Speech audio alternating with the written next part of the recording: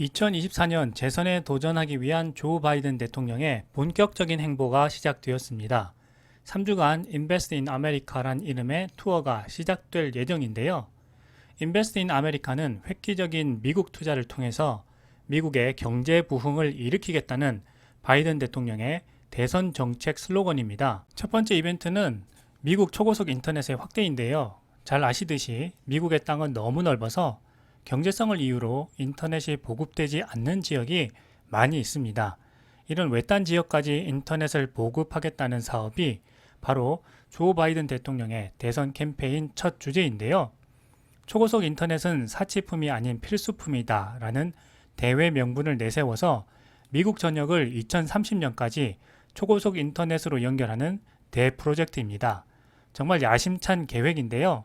드넓은 미국 대륙에 인터넷을 깔려면 엄청난 돈이 들어갈 것은 살펴보지 않아도 될 만큼 뻔한 이야기인데요. 조 바이든 대통령은 400억 달러 하나로 52조 2천억 원이라는 엄청난 자금을 투입해서 미국의 모든 지역에 인터넷을 보급하겠다는 계획입니다. 개인적으로는 조 바이든 대통령이 일론 머스크의 스페이스X가 추진하고 있는 스타링크 프로젝트를 따라하고 있는 것 같다는 느낌이 정말 많이 드는데요. 앞서 영상에서 보여드렸듯이 미국 내에는 지상망 통신 사업자들이 인구 밀도가 낮거나 인터넷 수요가 적은 곳에는 경제성 때문에 인터넷을 보급하지 못하는 곳이 많다는 것을 말씀드렸습니다. 그럼에도 불구하고 대선 캠페인을 통해 가장 잘 보여줄 수 있는 것이 바로 인터넷 보급이라는 이벤트라고 판단한 것 같은데요. 바이든 대통령은 프랭클린 루즈벨트 전 대통령을 예로 들며 역사적인 계획이라고 강조했습니다. 루즈벨트 전 대통령은 농촌 전력화법을 통해서 미국 모든 가정에 전기를 공급하는 프로젝트를 시행했습니다. 정말 대단한 일을 한 것이었는데요. 바이든 대통령 역시 루즈벨트 대통령처럼 미국의 모든 사람들에게 전기처럼 꼭 필요한 인터넷을 안정적이고 저렴하게 제공하겠다는 역사적인 약속을 하고 있는 것입니다. 통계 자료에 따라 다르지만 바이든 정부 발표에 따르면 미국에서 2,400만 명이 경제적인 이유 또는 광섬유 연결이 되지 않는 곳에 거주하고 있기 때문에 초고속 인터넷을 사용하지 못하고 있다고 합니다. 850만 이상의 가정과 중소기업이 초고속 인터넷 인프라가 없는 지역에 있다는 것인데요. 제프 자이언츠 백악관 비서실장은 인터넷 접속이 불가능한 노스캐롤라이나 농부들은 곡물과 가축을 팔기 위해 입소문에 의존해야 한다라고 하며 이번 바이든 정부의 정책이 우리 삶에 진짜 변화를 가져올 역사적인 사건이 될 것이라고 했습니다. 백악관은 보도자료에서 미국인은 일을 하고 학교에 가고 건강 관리를 받고 가족 친구들과 연락을 하기 위해서 인터넷이 필요하다라고 하면서 이제는 인터넷이 의식주처럼 현 시대의 삶에 있어서 꼭 필요한 필수제가 되었다는 점을 강조했습니다. 이번 바이든 대통령의 초고속 인터넷 확대 선언은 천문학적 액수의 인프라법과 함께 미국 재건 의지를 밝힌 것이지만 1년 4개월 앞으로 다가온 내년 대선을 목표로 바이든 정부가 이루어온 경제 성과를 알리려는 목적이 강해 보입니다. 특히 6월 27일 메릴랜드주 대선 캠페인 리셉션에 참석한 후에 하루 뒤인 6월 28일 일리노이주 시카고에서 바이든노믹스 연설이 이번 캠페인의 핵심 이벤트로 계획되어 있습니다. 6월 29일에는 뉴욕 대선 행사에 참석하고 6월 30일에는 미국인을 위한 비용 절감 방안에 대해 연설할 예정입니다. 카멜라 해리스 부통령과 각 부처 장관도 총 출동해서 미국 각지에서 인플레이션 감축법, 반도체법, 인프라법 등 바이든 정부의 입법 성과를 적극적으로 알리며 미국 경제 재건의 시작을 홍보하는데 주력할 것으로 보입니다.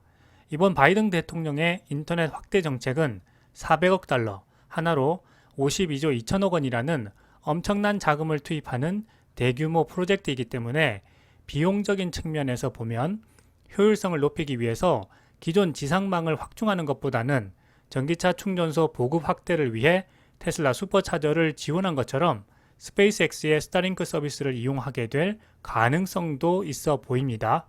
특히 스타링크 위성 인터넷 V2부터는 지상망 통신 사업자와 연계해서 스마트폰으로 위성 통신을 이용해 간단한 텍스트를 보내는 베타 서비스를 시행하고 있습니다. 2022년 8월 T모빌과 제휴해서 스타링크 위성 인터넷으로 스마트폰 통신 서비스를 제공하겠다고 발표한 바 있습니다. 잘 아시듯이 스페이스X는 소형 인공위성을 기반으로 데이터 통신용 네트워크를 구축하는 스타링크 프로젝트를 추진해 왔습니다. 펠컨 9과 펠컨 헤비 로켓의 1단 추진체를 회수해서 재사용하는 방식으로 비용 절감과 로켓 준비 기간의 단축 체계를 구축해서 우주항공 산업에서 혁신의 역사를 쓰고 있습니다. 전 지구의 저궤도 통신 위성을 이용해서 인터넷 소외 지역이 없게 하겠다는 것이 스타링크 프로젝트인데요. 계속해서 스타링크 위성을 순차적으로 발사하고 있습니다. 인프라가 충분하지 않은 지역도 스타링크 위성을 통해 편리하고 안정적인 인터넷 접속을 할 수 있게 되는 것입니다. 이러한 배경에서 2022년 8월 스페이스X와 미국 이동통신사 T모빌이 스페이스X의 위성 인터넷 스타링크의 2세대 위성을 통해서 인터넷 환경이 지원되지 않는 외딴 지역에서도 스마트폰을 이용할 수 있도록 하는 계획을 발표했습니다. 특별한 장비나 단말기가 없이도 위성과 스마트폰이 직접 통신이 가능하기 때문에 2023년 말까지 간단한 문자 베타 테스트를 시작한다는 것이었는데요. 기존 지상망 통신은 통신시설이 갖추어지지 않은 외딴 지역에는 인터넷 접속 환경을 구현하는데 비용이 많이 들고 투자 비용을 회수할 정도로 유료 가입자를 모을 수도 없기 때문에 한계점이 많았습니다. 하지만 스페이스X와 T모빌이 발표한 서비스는 스타링크 자체를 스마트폰의 전파탑으로 이용하는 획기적인 방식입니다. 특히 지상의 스마트폰이 스타링크의 위성과 직접 미드밴드 주파수대에서 통신을 하기 때문에 통신용 장비나 단말기를 새롭게 준비할 필요가 없다는 점이 가장 큰 장점입니다. 일론 머스크는 텍사스주 스타베이스에서 개최된 행사에서 이 서비스에 미드밴드 무선 통신을 지원하는 2세대 스타링크 위성이 사용될 예정이라고 밝혔습니다. 위성 인터넷으로 기존 모바일 서비스를 대체하는 것이 아니라 인터넷 접속이 어려운 데드존을 커버하기 위한 의도이기 때문에 T모빌과의 협력은 곧 스마트폰의 데드존이 사라진다는 것을 시사한다 라고 말했습니다. 위성 신호는 통신 시설이 없는 곳에도 도달할 수 있기 때문에 마이크 시버스 T모빌 CEO는 당시 이벤트에서 대부분의 스마트폰이 새로운 서비스를 지원할 수 있고 가장 인기 있는 월정액 플랜에 이번 위성 서비스가 무료로 포함될 것이라고 말했습니다. T모빌은 미국 2위 이동통신사로 2022년 4월 기준 가입자는 1억 900만 명에 달한다고 합니다. 가입자도 엄청나죠. 계획이 순조롭게 진행되면 2024년부터 T모빌 가입자는 스타링크 위성을 통해서 문자 수신이 가능해지게 됩니다. 장기적으로는 음성 통화도 지원할 계획입니다. 특히 2022년 우크라이나 러시아 전쟁에서 스페이스X의 위성 인터넷 스타링크가 적극 활용되며 우크라이나군이 온라인 통신이 어려운 지역에서 감시 드론과 폭격용 무인 항공기 조종에 적극적으로 활용하는 것으로 알려져서 스타링크 위성 인터넷의 실용성이 입증되기도 했습니다. 향후 일론 머스크의 스페이스X가 바이든 정부의 인터넷 확대 정책에 보조금을 받게 된다면 저궤도 위성통신망 사업인 스타링크 서비스의 확대도 더 빨라질 것으로 생각됩니다. 그렇게 된다면 스타링크 위성 인터넷이 테슬라 전기차와 초고속 통신으로 연결되어서 테슬라의 미래 모빌리티의 거대한 확장으로 연결될 수도 있을 것입니다. 미국의 인프라 확대 정책이 곧 테슬라와 스페이스X의 비즈니스와 연결된다는 것을 보게 되면 테슬라와 스페이스X의 확장성이 미국이라는 거대 국가의 미래 정책이 된다는 점에서 일론 머스크의 천재성이 더 빛나 보이는 것 같습니다. 이런 측면에서 스페이스X의 스타링크 위성 인터넷 비즈니스에 대해 자세히 살펴보겠습니다. 3, 2, 1, ignition. We have liftoff.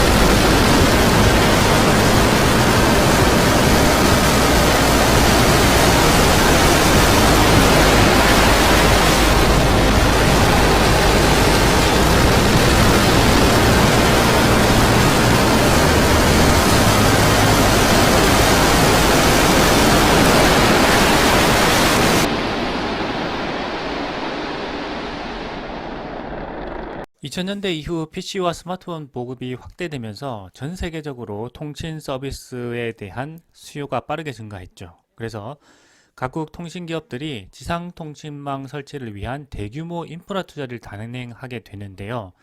현재의 지상 통신망은 인구 밀집이 적은 지역에는 서비스를 하지 못하는 그 붕괴를 맞게 됩니다. 자, 그래서 최근 이 지상 통신의 한계점을 보완해주기 위한 인공위성을 활용한 통신 서비스, 즉 저궤도 위성 통신 서비스가 확대되고 있는데요. 대표적인 글로벌 저궤도 위성 통신 서비스 기업은 바로 스페이스X죠. 그리고 그 스타링크 서비스를 통해서 올해 2분기에 국내에도 서비스를 할 것으로 예고가 되고 있습니다. 이 재사용 로켓인 팔콘 9을 활용해서 현재 약 3,500개의 스타링크 위성을 지구 저궤도에 배치하고 있는데요. 전 세계적으로는 약 50개국의 서비스를 제공하고 있고요. 누적 가입자 수는 100만 명을 돌파했습니다. 네트워크 품질도 많이 향상이 되어서 기존 지상통신과 비교해도 모자람이 없고요. 이 차량과 해상, 항공 등 모빌리티 서비스도 확대해 나가고 있습니다. 대표적인 글로벌 저궤도 위성통신 서비스인 스페이스 X의 스타링크는요, 그 지난해 6월 홈페이지에 대한민국에도 서비스할 것이라는 소식을 전했고요. 올해 1월 초에는 과기부에 스타링크 코리아 등록 신청서를 제출한 것으로 알려졌습니다. 이르면 올해 2분기부터 국내에서 스타링크 서비스가 시작될 것으로 예상이 되고요. 지난해 하반기부터는 아시아 지역까지 범위가 넓어졌고요. 현재까지 전 세계 50개국에 서비스를 제공하고 있습니다. 일본은 작년 10월부터 서비스가 시작됐다고 합니다. 통신 케이블은요, 과거에는 케이블에 구리선을 사용했지만 지금은 광 케이블을 사용하고 있어요. 이 광 케이블은 전기 신호를 광선 신호로 바꿔서 이 유리 섬유를 통해서 전달하기 때문에 이 데이터 전달 속도와 거리가 크게 이제 상승하게 되었습니다. 이 대륙 간의 이제 먼 거리에서 주로 해저 케이블을 통해서 신호를 주고 받게 되죠. 현재 전 세계 해저 케이블은 약 380여 개가 있고요. 아주 이제 추운 지역에 있는 그 남극, 그 다음에 바다 위에 그 선박 등을 제외한 전 세계 데이터 트래픽의 대부분이 이 케이블을 통해서 전송되고 있습니다. 그런데 이 해저 케이블은요, 여러 가지 단점이 있죠. 수중생물들이 이제 뜯어먹기도 하고요. 몇몇 해저 케이블은 수심 2km까지 설치되어 있어서 수리하기가 굉장히 어렵습니다. 그리고 평균적으로 해저 케이블 수명이 약 25년으로 되어 있는데요. 수명이 다한 경우에는 대체할 때의 비용이 그 수백만 달러까지 들기 때문에 비용 부담이 굉장히 큰 단점이 있습니다. 그 초기 통신 인프라 투자에 대해서도 그 막대한 자금이 투입되는 단점이 있고요. 이렇기 때문에 그 해당 지역의 인구 밀도가 낮거나 인터넷 수요가 충분하지 못할 경우에는 그 경제성 문제 때문에 케이블 설치를 또 하지 못하기도 하죠. 인터넷을 사용하는 인구는 전 세계 인구 약 78억 명 중에 한 60%인 47억 명에 불과하다고 합니다. 여전히 30억 명의 인구는 인터넷을 사용하지 못하고 있습니다. 이 저궤도 위성통신 서비스는요, 지구 저궤도인 500km에서 2000km 사이에 이 많은 통신 위성을 배치해서 광대역 인터넷 서비스를 제공하는 글로벌 서비스를 말합니다. 저궤도 위성통신 사업은 크게 통신 위성, 발사 서비스, 유저 안테나, 그리고 게이트웨이로 구성되어 있습니다. 그래서 이 사업자는요, 이 통신 위성을 제작해서 그 로켓에 실은 다음에 우주로 발사하게 되죠. 자, 그리고 지상에는 이 위성에서 오는 그 신호를 연결해 주기 위한 그 게이트웨이, 그리고 그 신호를 또 보내주는 그 데이터 센터와 연결되어 있습니다. 자, 그래서 위성 인터넷 사용자는 자기가 인터넷 사용을 희망하는 장소에 유저 안테나를 설치를 하고요. 가까운 인공위성으로 신호를 보내게 되죠. 자, 이 신호를 받은 인공위성은 가까운 게이트웨이에 다시 신호를 전송하고요. 게이트웨이는 기존의 인터넷망 그리고 데이터 센터와 연결되어 있어서 이 요청받은 데이터에 대한 응답을 또 반대로 하게 됩니다.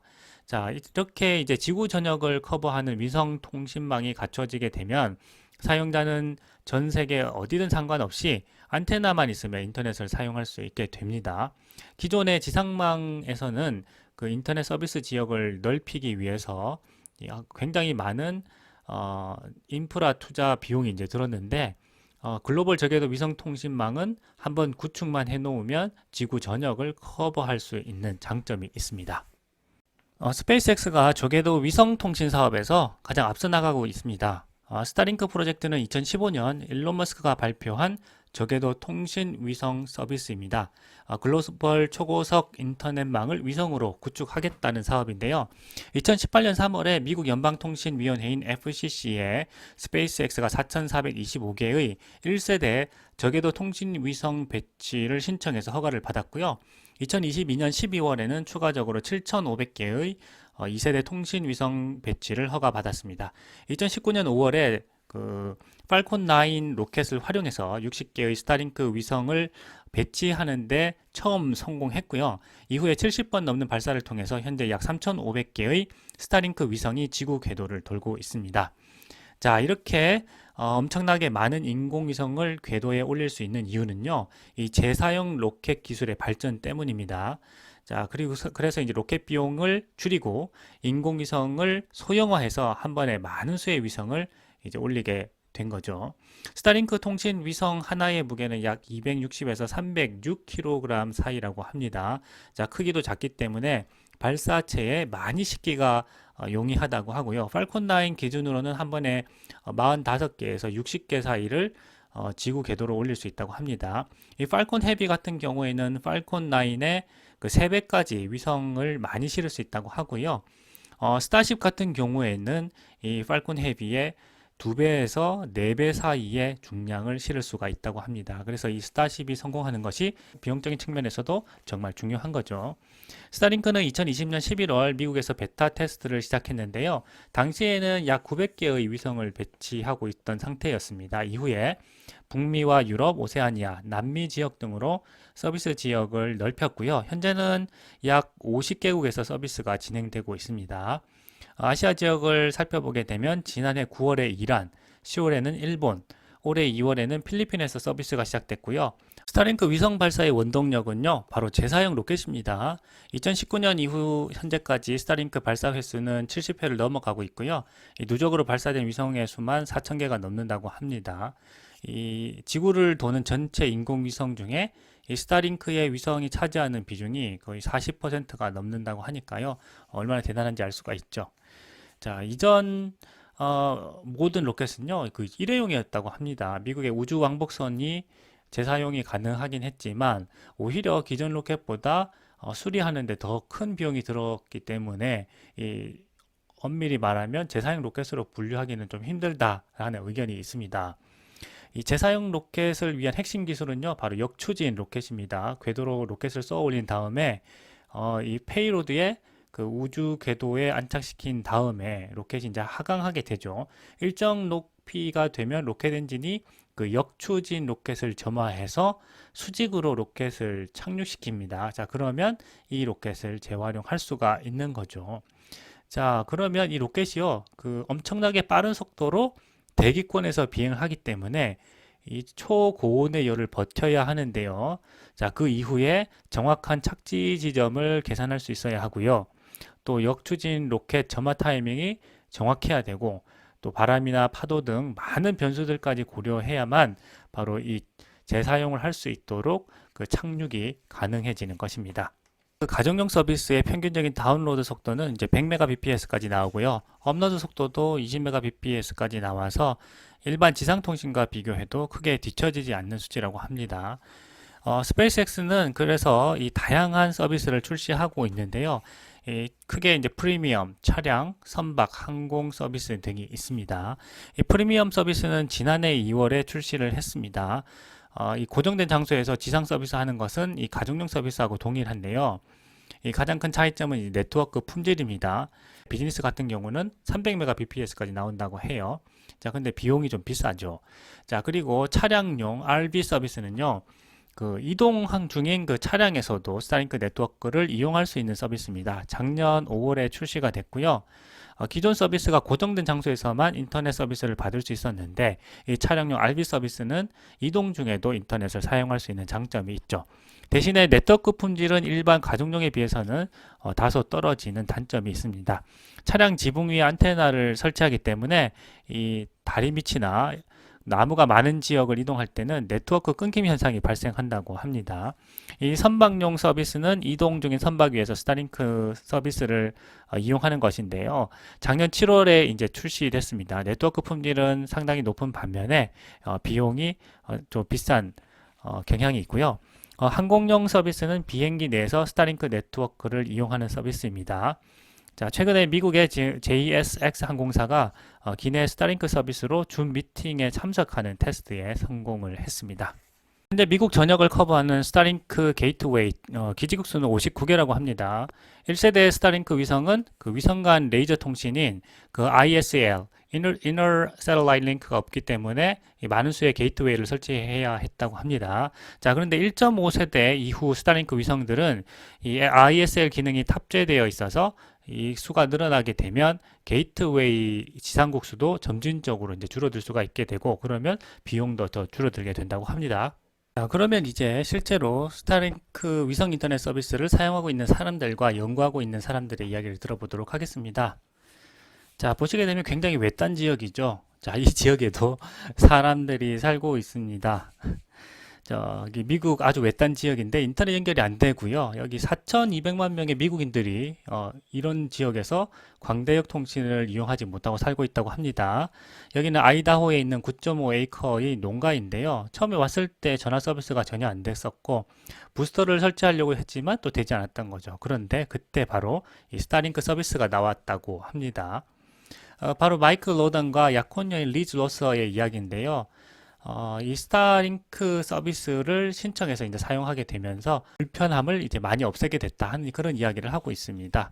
6개월 동안 이 스타링크 서비스를 사용하고 있고, 그리고 유튜브에서 이 경험을 기록하고 있다고 합니다. 때때로 스타링크 서비스가 끊기는 경우도 있지만 몇 초 정도 이렇게 끊긴다고 하고요. 크게 이제 불편하지는 않다고 했습니다. 뭐 라이브 스트리밍을 한다거나 와이파이 통화 옵션을 사용한다고 한다면 그때 이제 잠깐 끊기는 경우는 있겠지만 그 외에는 크게 이제 불편함이 없다고 했습니다. 스타링크 서비스는 그 2020년 10월에 미국에서 첫 베타 서비스가 시작됐고요. 그 이후에 미국 북부와 캐나다, 영국, 독일, 뉴질랜드 등으로 확대가 되었습니다. 전문가들은 전 세계적으로 약 7천만 가구가 위성 광대역 통신을 사용할 것으로 이제 예상하고 있고요. 특히 2020년 팬데믹 상황에서 스타링크 서비스를 이용하는 사람들이 또 많이 늘었다고 합니다. 최근에는 우크라이나 러시아 전쟁으로 이 스타링크의 그 서비스가 얼마나 훌륭한 서비스인지를 사람들이 또 많이 알게 되었고, 고객 수가 그렇게 해서 이제 많이 늘어나게 되었다고 합니다. 스타링크 위성 인터넷 서비스가 이 목표한 글로벌 고객층으로 확대되면 이 스페이스X가 성공할 뿐만 아니라 일론 머스크가 화성 도시 건설을 하는 그 핵심이 될 수가 있는 거죠. 오늘날 그 스페이스X의 대다수는 스타링크 비즈니스 모델과 관련된 가치 평가인데요. 일반적으로 글로벌 위성 발사 산업은 연간 약 50억 달러 이제 규모라고 하고요. 스페이스X는 그 이전에 약 3년에서 5년 후에 스타링크 사업이 연간 300억 달러의 기회를 맞을 수 있을 것이다 라고 이야기를 했습니다. 이 스타링크의 인터넷 서비스의 기본 구성 요소는요, 그 위성 그 접시 안테나, 그 다음에 게이트웨이인 지상국, 그리고 적에도 위성이 있습니다. 스타링크 위성 인터넷 서비스는 이 전통적인 인터넷 회사가 서비스를 제공할 수 없는 인구 밀도가 아주 낮은 지역에 살고 있는 이 고등과 레이서 같은 고객을 대상으로도 하고 있습니다.